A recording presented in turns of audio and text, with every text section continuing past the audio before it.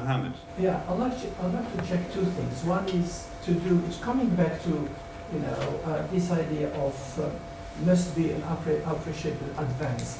And I'd like to come back to the model actually you produced, the funnel. I suppose the uncertainty is probably at the top of the funnel. And then you will be looking at how that uncertainty is going to lead to more appreciable advances towards the other parts of the funnel in terms of how it is going to be achieved or how is it going to be tried? Right, the way the funnel is designed is that the company thinks of what the R&D is. Then there's SSAP 13, which are the accountancy guidelines, and do exclude certain items from being R&D. And that narrows the definition of R&D further. The biggest narrowing is the BIS guidelines, the old DTI guidelines.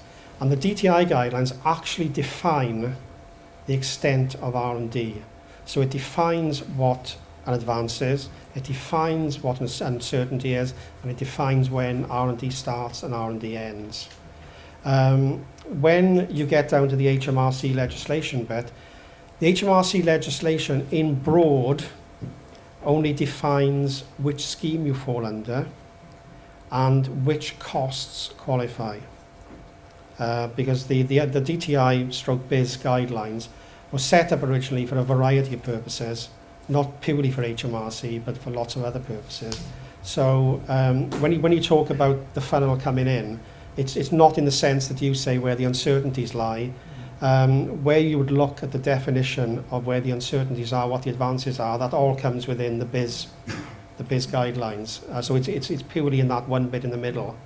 The narrowing of the funnel relates to where you define the extent of the R&D and which costs you can claim at the end of it.